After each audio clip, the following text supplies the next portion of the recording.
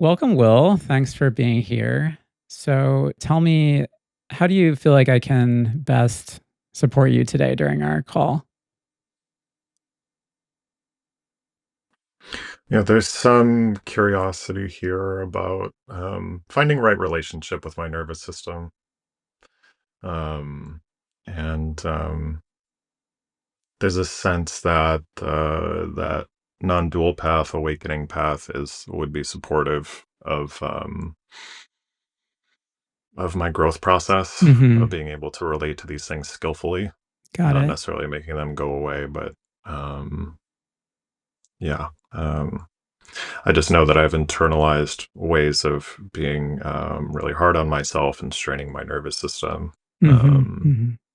and I've found relief when I've tapped into those perceptual shifts, those insights. Got it. Yeah.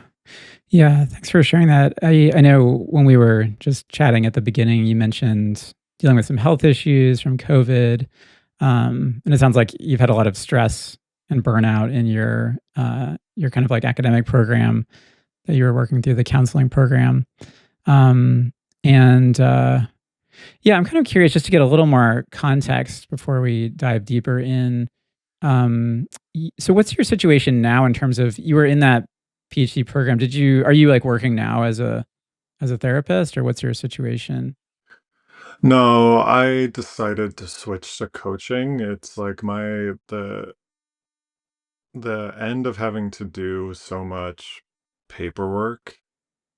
It is just so taxing that I Yeah, like reading and writing are still really hard for me. right. Yeah, With the chronic illness stuff. And so I switched to coaching, and I have a small coaching business that I've been building. And It's good for now, but I need to grow to make more income. But I don't know if my mm, body will be able to tolerate that. So I'm trying to grow in a way that's sustainable. got it. Got Right it. now, the Yeah, work I do is focused on embodied communication, co-regulation, and attunement. And I really help people to cultivate their relational ecosystems. hmm, And so I help people to find those ways of relating to themselves and communicating from embodiment and then taking that into their relationships, rather than just doing it in isolation. beautiful. I love that. So, okay, so Yeah, you've me too. yeah, so you found kind of a niche that works for you and speaks to you.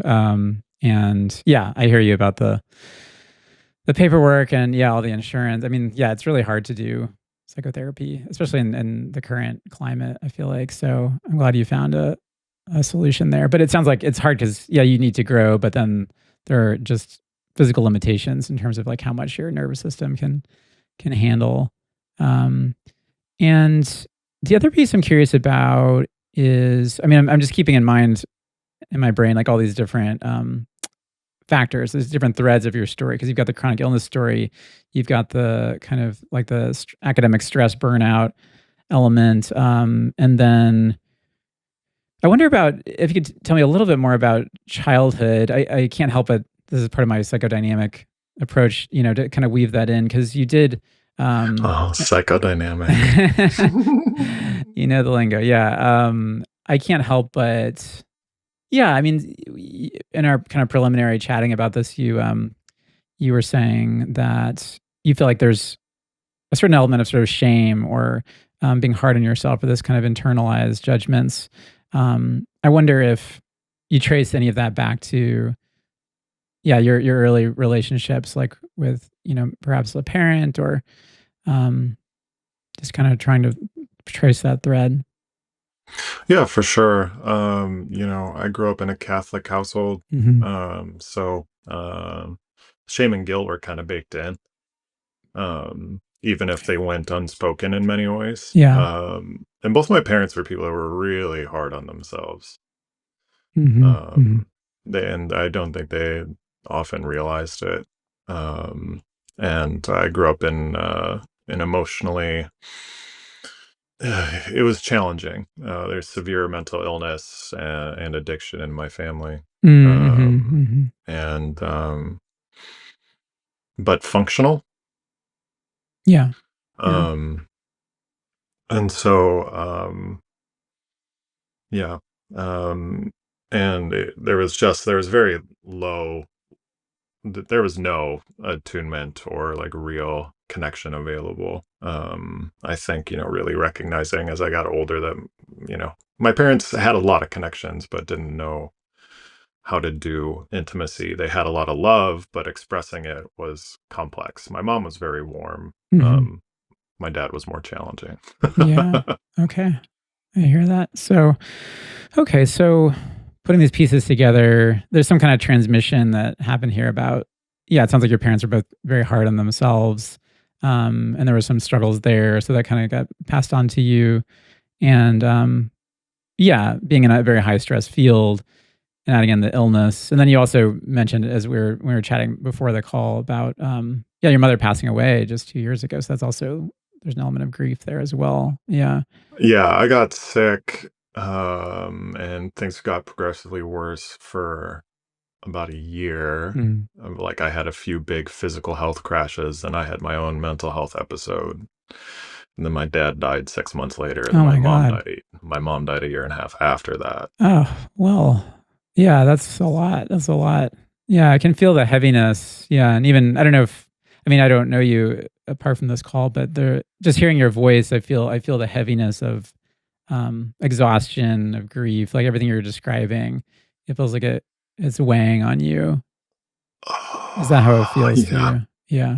Yeah, I mean, I've just felt weighed down, um, since the beginning of this, Mhm. and Mhm. probably before that, but, yeah.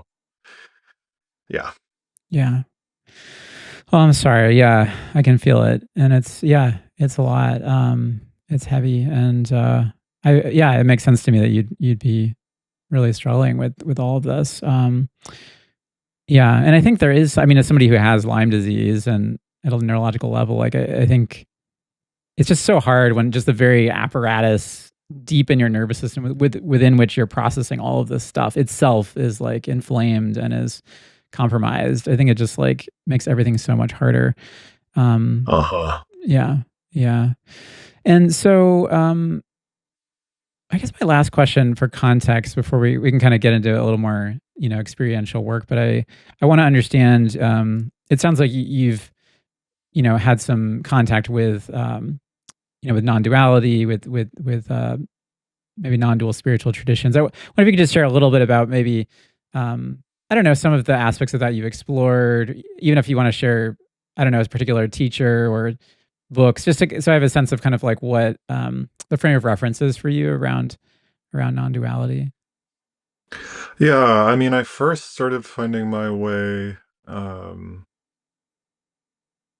God, it's like 14 years ago now. Mm, When I was going through some relationship challenges and family stuff, and found my way to psychotherapy for the first time. And around that time, I got close with my aunt, and she's the one in my family who she went to AA and got sober when she was much younger, and got into Zen Buddhism, mm, and that kind of opened a door for me, and I started looking, and I found a little sangha when I was in living in Indiana, mm, and that was really nourishing and really helpful just to get me going along the journey. And it was really a big part of how I started to build my psychotherapeutic work was mm, based in mindfulness and teaching self awareness, and those sorts of things. And along the way, I started to learn like relational mindfulness type practices, mm, like embodied communication, authentic relating,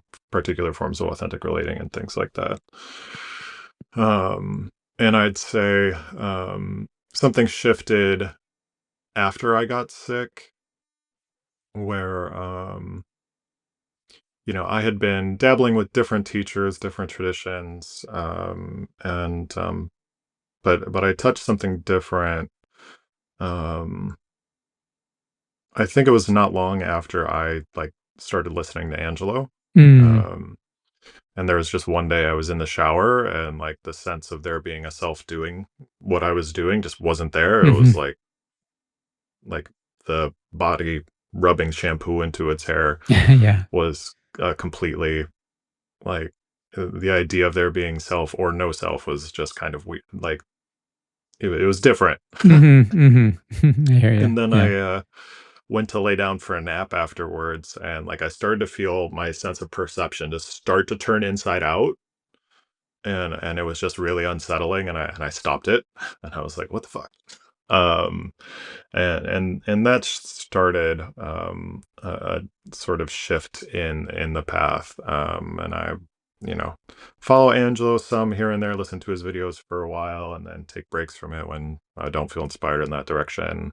I really like Adyashanti. Mm-hmm. Um, I've really enjoyed in the past. I was closely following the work of Radical Dharma, Reverend Angel Kyoto Williams, Oh and yeah. Lamrat Owens, Sure. Sure. and going on their retreats. That was really helpful with doing identity exploration in a way that felt more spiritually vivid than academic, Mm-hmm. Mm-hmm. um, and real. And Yeah, and a couple other of the YouTube people. I like Emerson, Nonduality, and Hollow Bone Ranch. I've done a couple sessions with her, Mm-hmm. with Jennifer. And still really the like relational mindfulness practices feel like a place where it's easy for me to settle into that sort of sobriety where things become, I don't know. It's hard to describe. Yeah, that's okay. Yeah. Yeah, thanks. That's helpful.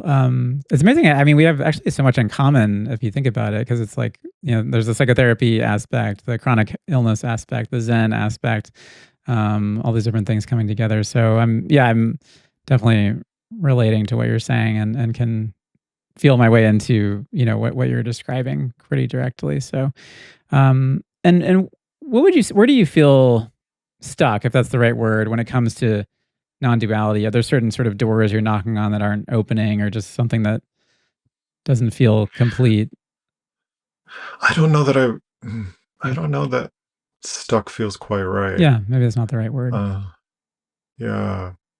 Yeah, no, all things considered, I do feel like the path still feels very dynamic, Mhm. um, and there's not a lot of sense of wrongness Mm, mhm. in what's happening. It's just like, yeah, really hurts to be in a body right now. Mm, Here's mhm. here's the directions I feel drawn for people or pathways that might be helpful. Mhm. Um, So I've started with a new psychotherapist I like, and Yeah. I'm doing a couple trades with body workers that are really incredible, Mm, mhm. that I've been able to connect with. So those things have been really helpful. Excellent. Um, Yeah. yeah, Good. Okay. Well, I feel like I have a good sense of, the lay of the land in terms of what you're dealing with. And so I'm kind of, yeah, I feel moved to pivot into something more kind of direct and experiential. And to set that up, I'm kind of, in a way, circling back to my original question, which is, given everything that we laid out here on the table, um, yeah, like, what do you, I'm thinking about the session coming to an end. Like, what are you hoping to kind of specifically get from me, if that's the right word, so I can really like hit the nail on the head for yeah, you in terms of your need? yeah. There's a real sort of crunchiness in my nervous system Okay. Mm. that I think comes from holding it, like bracing, Okay. like lack. I think there's some form of surrender, um, that feels connected to these non-dual sort of practices or ways of relating to ways of perceiving. You know how limited language is when you start Mhm. tapping into these things.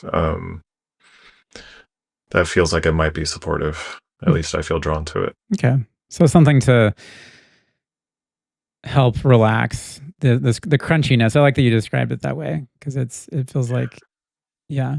Yeah, and literally, like I can feel that I hold tension in like my skull and my jaw and my upper spine, and when I start to let it go, I feel it come into the heart center and um, feel that sort of expand and things, and yeah, Mhm. yeah, And does all this feel right now just like a challenging kind of texture in your body, or do you find, is there also kind of rumination or about specific things in your life, or is it more just like physical?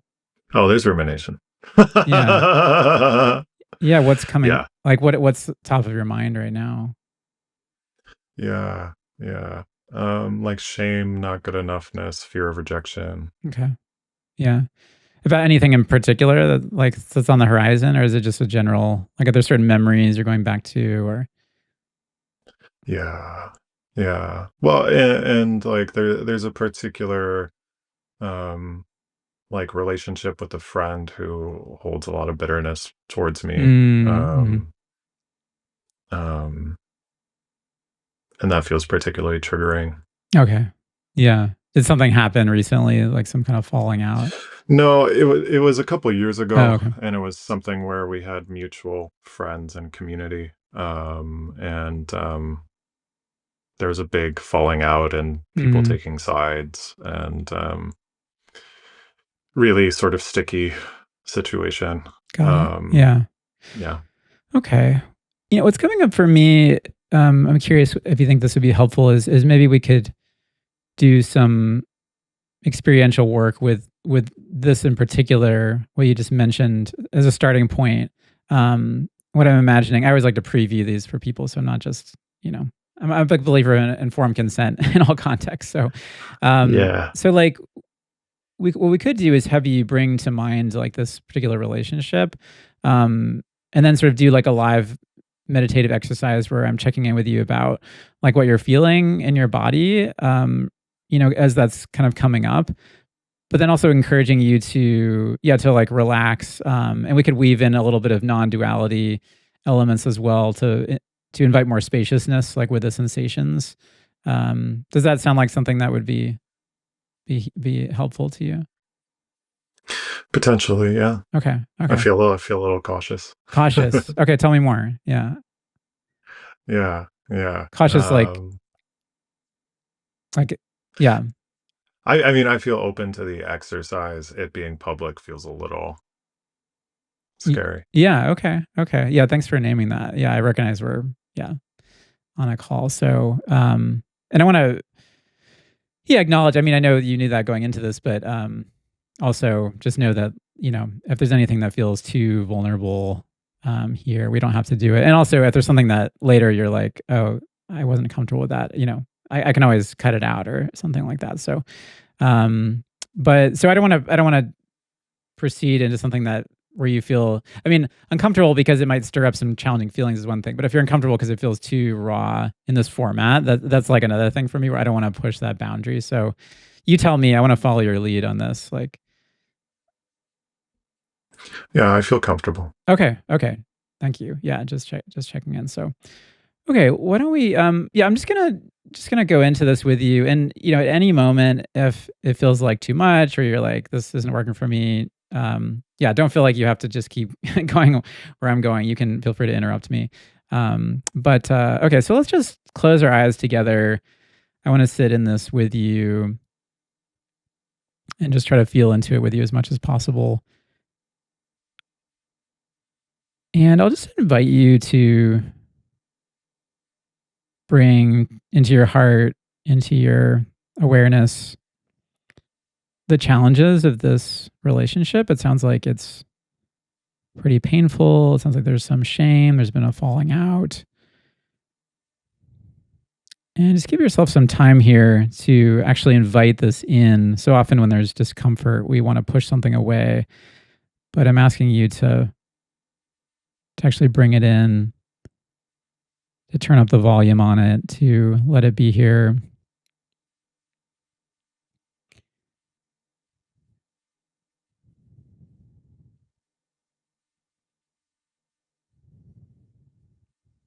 All the memories, all the thoughts around it, all the emotions, all the body sensations. Let's dive into it.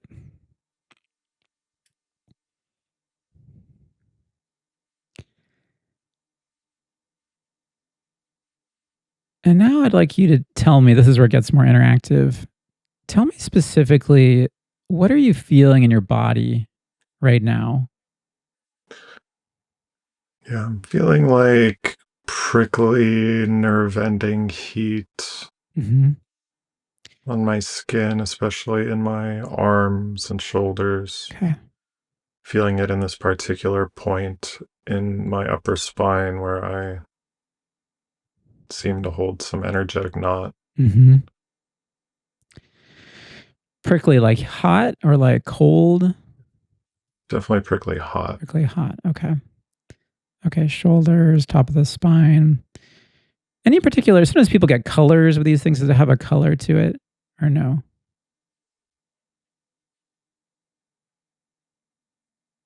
Uh, Sort of white hot, Okay.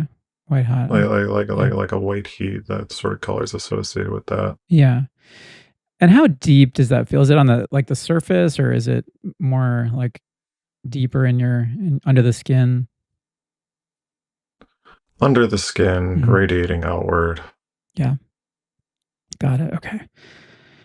Any other points of interest or hotspots with this memory, these sensations? You mentioned the shoulders, top of the spine. Is there anywhere else, maybe in their face, chest, anywhere that's lighting up right now? I'm feeling some of that brain foggy activation of the space right above my right eye is where I feel it most prominently. Okay, yeah, let's go there. Let's zoom in on that. Okay, space above your right eye. So foggy. Tell me, is that like, does it feel like a cotton ball, like mist? Can you describe it for me? Feels heavy. Okay, heavy. So not like cotton. Cotton's light. We're talking about something. It's foggy, but it's like a heavy fog. Yeah. Yeah, like dense. Yeah. Yeah. And again, is it on the surface or do you feel it like, kind of like in your skull?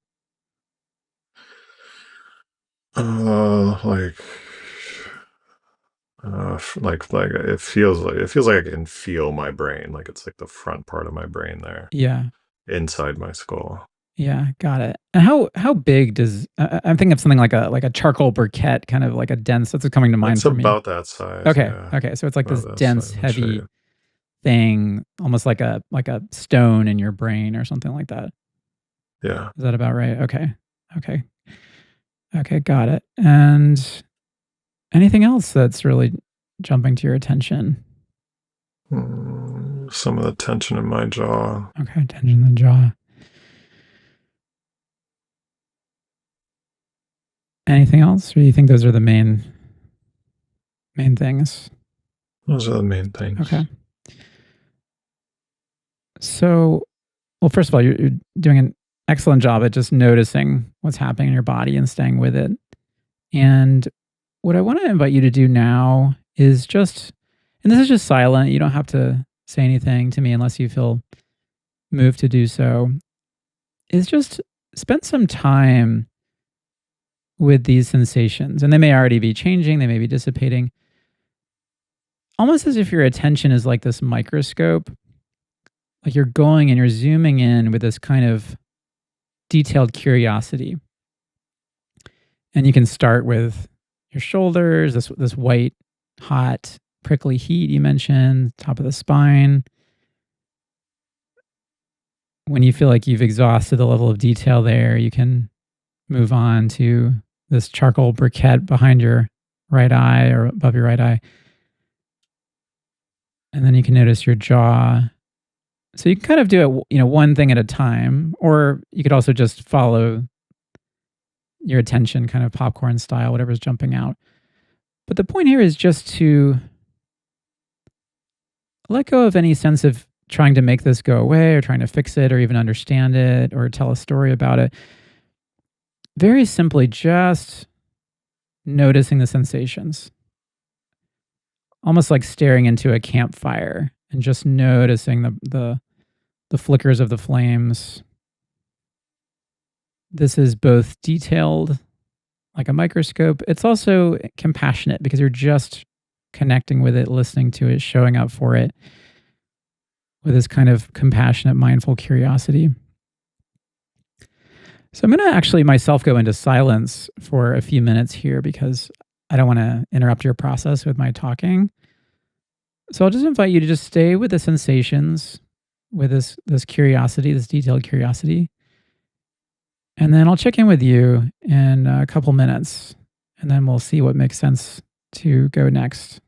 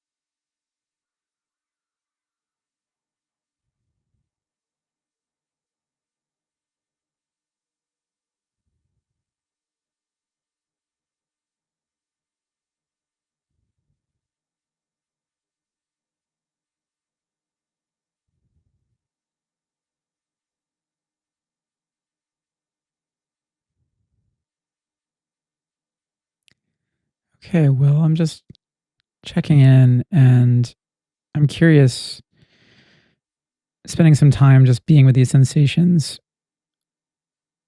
Would you say the level of distress or activation in your nervous system, is it about the same as it was when we started? Is it, has it dissipated at all? It's about the same. About the same. Okay. Yeah. I'll invite you to spend a little more time, and we don't have any expectations here, so maybe it'll just stay the same, which is fine. But usually, I find when we just spend time with the sensations, if we spend enough time, there's some kind of dissipation. I'm not trying to prime you, but whatever your experience is You're all fine. good. You're all good. You're all good. Yeah. Um, yeah, we're doing this short because it's on a call, but I just want to see if, yeah, if we can see the senses shift a little bit. So, what I'll invite you to do is sometimes when we do these exercises, there might be some um, clinging that's still happening because maybe you're still actively kind of charging up the memory or the person, this relationship. So what you can try to do now is just let go of actively bringing this person to mind and see if you can just track the wave of sensation itself. So we brought up this person as a trigger, this relationship to stir up the sensations. But what I want you to see is the arc of when these rise and kind of peak, and then also how they may dissipate or change over time. So let's do a couple more minutes. And again, it may stay the same, which is totally fine. Um, and again, just go into silence here and just with curiosity, with presence, with compassion, just noticing what is happening in this part of my body and what is happening in this part of my body and kind of zooming in with a microscope. And so, yeah, I'll check in with you again in another couple minutes and we'll just see where you're at. And then we'll figure out where to go next.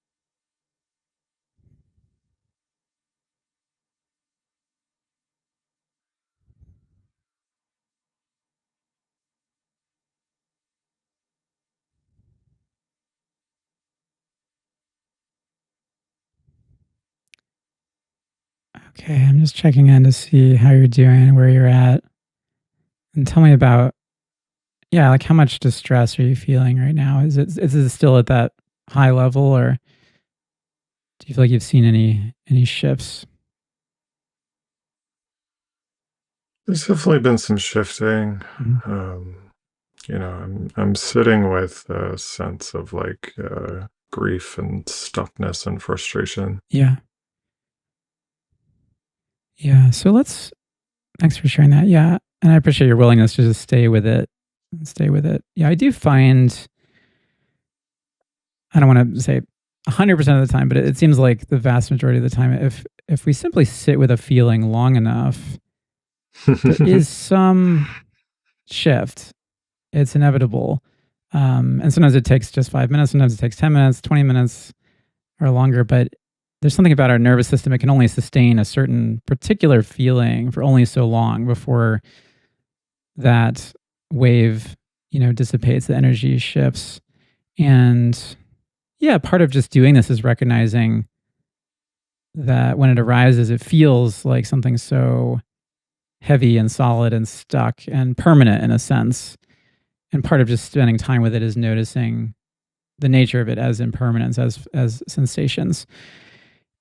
And there's more we can do to help loosen the pressure on the system here, because what I find is that when we do these exercises, it's kind of a vipassana meditation of just staying with the discomfort. Yeah, we can do that for a while. I think of it as like a bunch of butterflies in a jar that are very antsy, And if we just sort of set the jar down, I mean, the butterflies might calm down, but the butterflies don't want to be in a jar. And there's something about working within the confines of the body with a kind of tight attention that has itself a constrictive quality. And so, what I want to invite us to do now is to expand into non dual awareness, to have a wider working space for what you're dealing with here. And I know this isn't your first rodeo with non duality, so you may already have your go to kind of moves of contacting that.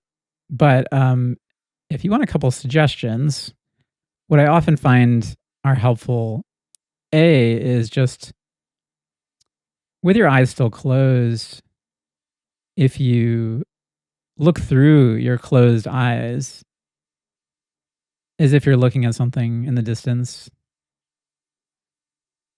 but your eyes are closed, and you may notice there's no depth perception, there's no corners, there's no edges.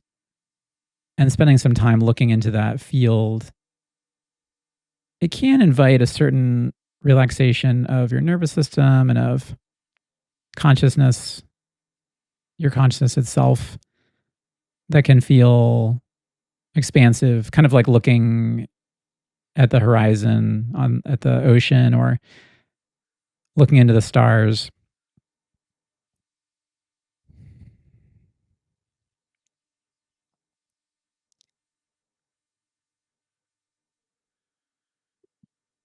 Do you get any sense of what I'm pointing to there? Yeah. Yeah, good. And then what's also possible is working with sound so you can hear out into the field of sound almost as if you're trying to hear some music that's really far away, and recognizing perhaps that your sense of hearing doesn't hit a wall where you cannot hear anymore. You cannot hear where you cannot hear. And so if you tune into that, there can be this sense, it feels almost like hearing out into infinity or hearing out into a boundless soundscape all around you. So it's kind of like hearing, instead of hearing things, it's like hearing. And there can be this kind of relaxation of just the sense of sound into just this kind of wide sky like openness.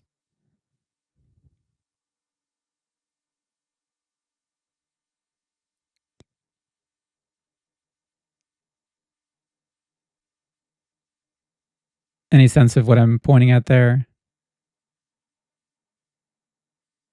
Yeah. Okay. Okay, good. And so if it's natural, you can also just let these two things melt together, right? So just the soft gaze through your eyelids, the soft hearing out, and allowing yourself to settle into this kind of immersive, just resting as being, as awareness that doesn't have any hard perceivable edges to it, a kind of sky-like presence.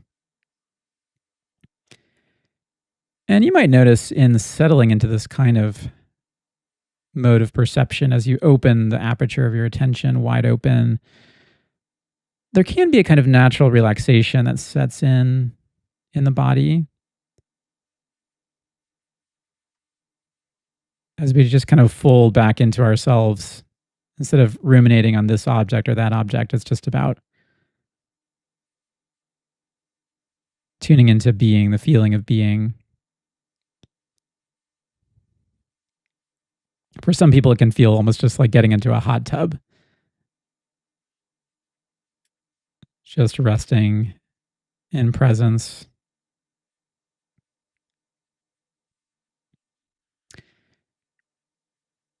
And then, as a final move here, what I'll invite you to do is now that you have access to this wider, spacious field, the sky like mind, is bring back, believe it or not, I'm going to ask you to bring back the discomfort, the relationship, the shame, and perhaps any remaining feelings in your body, the lump of coal, the prickly heat. Let it all come back in. But the twist here is that instead of everything being trapped inside this container of your body, like those butterflies in a jar, you've opened the jar now, right? Because you've relaxed the boundaries of your field of awareness and you are resting in this open presence. So now the butterflies can leave the jar. And the key here is we're not trying to send them away, right? We're not trying to get rid of any of these sensations because that creates more tension. We're actually doing the opposite. We are inviting all this discomfort to have its fullest expression.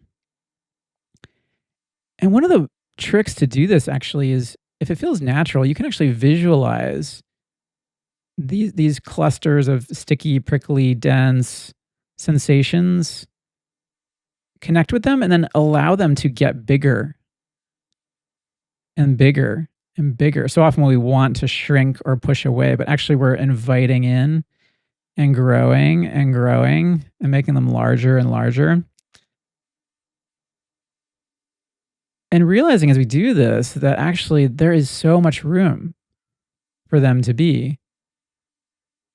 You could say it feels as if there's infinite room. It's like the sky has so much room to contain any storm,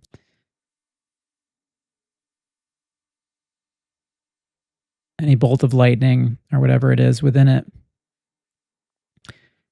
And so perhaps if you allow, the lump of coal to get bigger and bigger and bigger, or the prickly heat, instead of it consuming you, actually, it tends to get less dense. It tends to become more airy, more vaporous, still here, invited in fully, fullest expression.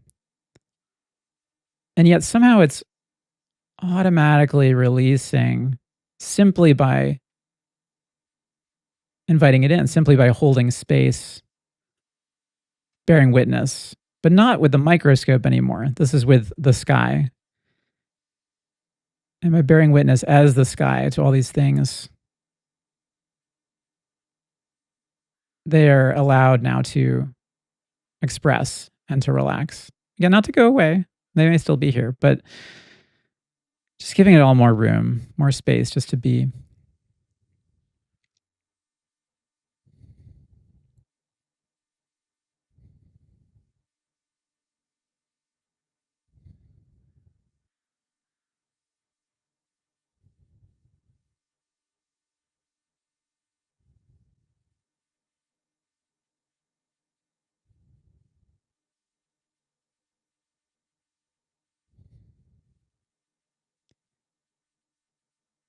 Okay, I just wanted to do a final check-in here. How is this feeling right now for you? Where are you at? Mm. Body hurts. Mhm.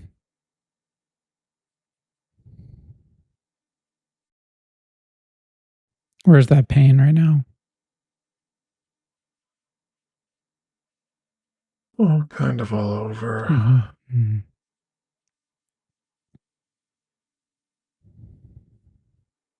Yeah, all over. Yeah.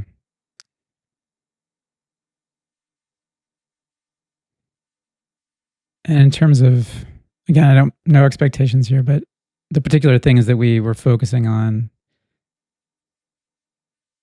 notice any shifts in how you're relating to them? Do they feel equally dense, hot, or is there perhaps from this other vantage point some more openness, some more spaciousness?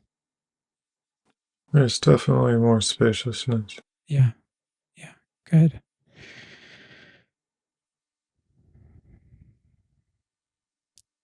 And what is it? How does it feel to notice that?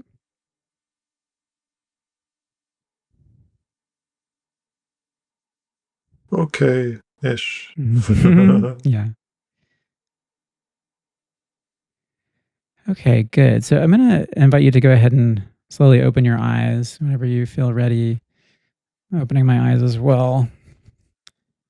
And yeah, I want to thank you for being brave and diving into this exercise, not knowing exactly where we were going. I gave you some preview, but you never really know. And yeah, especially in the context of this call. So yeah,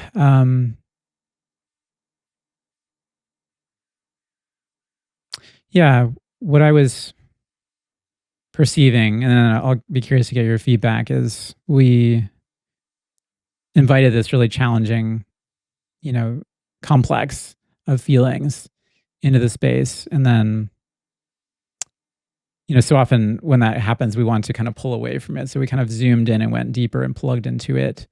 Allowed you to spend some time with it. And then, from what I remember, you said that it sounded like spending time with it, there was some decrease in the sense of it being really activated and really problematic. And then we shifted into inviting more spaciousness. And I heard you say at the end, sort of, yeah, like, okay, your body still hurts, right? We can't change that. You've got the chronic health issues going on, and with this phenomenon that we were working with, there was some new sense of it not being sort of as sticky or as dense or as contracted. That's what I was perceiving. Does that align with what was happening for you? Yeah. Yeah, yeah. So yeah, so I know we're kind of coming to the end of the call here. I wish we had another 20 minutes. It'd be great to keep processing. Um, but yeah, this is kind of, I guess I want to kind of summarize I feel like I'm offering here, and then I'm curious to get your thoughts or feedback or questions before we wrap up. But yeah, I mean, this is hard. It's like I know because I mean, yeah, I have pain and brain fog and headaches and all sorts of stuff on a daily basis, and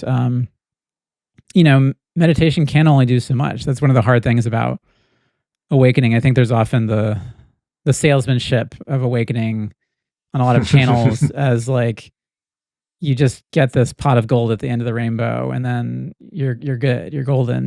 Nothing can touch you.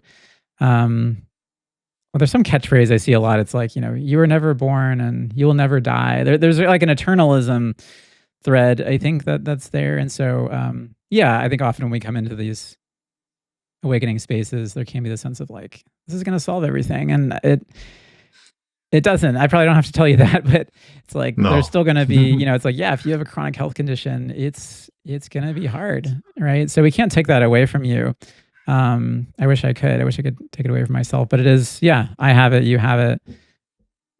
Anyone who's watching this who has a chronic health issue knows the challenge. And so yeah, so what do we do? In some ways um It's kind of it's almost like a koan, when I hear the what do we do about it? It's like I can feel my mind going into this problem-solving mode of like, well, there must be some secret hack to like relate to it in a different way or make, somehow lessen it or something like that.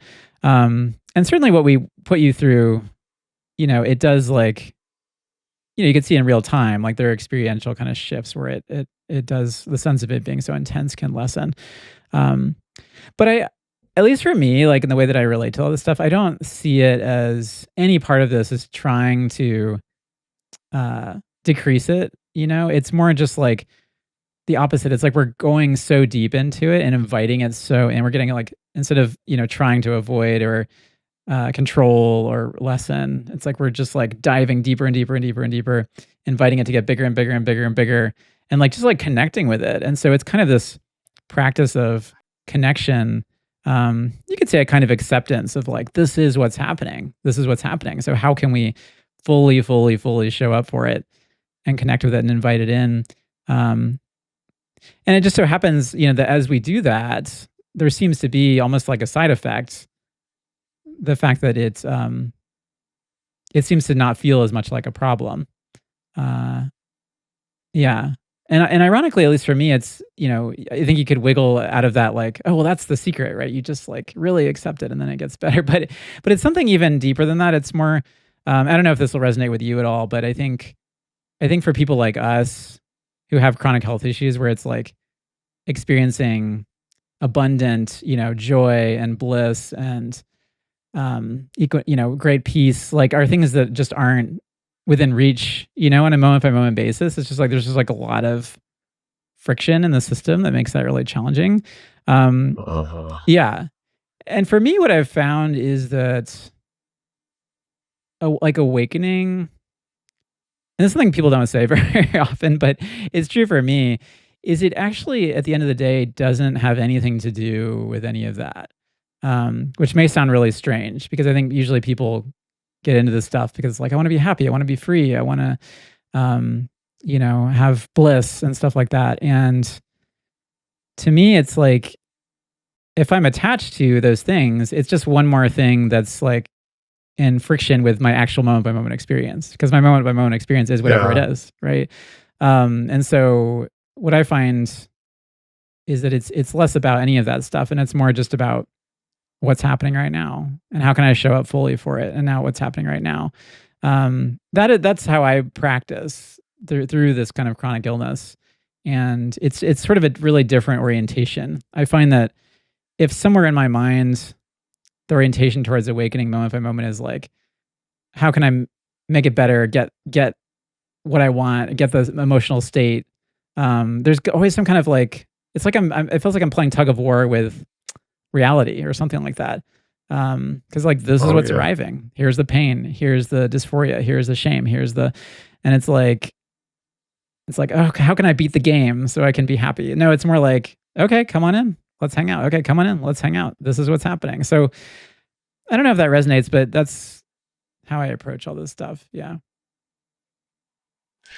Yeah. Yeah. Yeah. What do I say in response to that?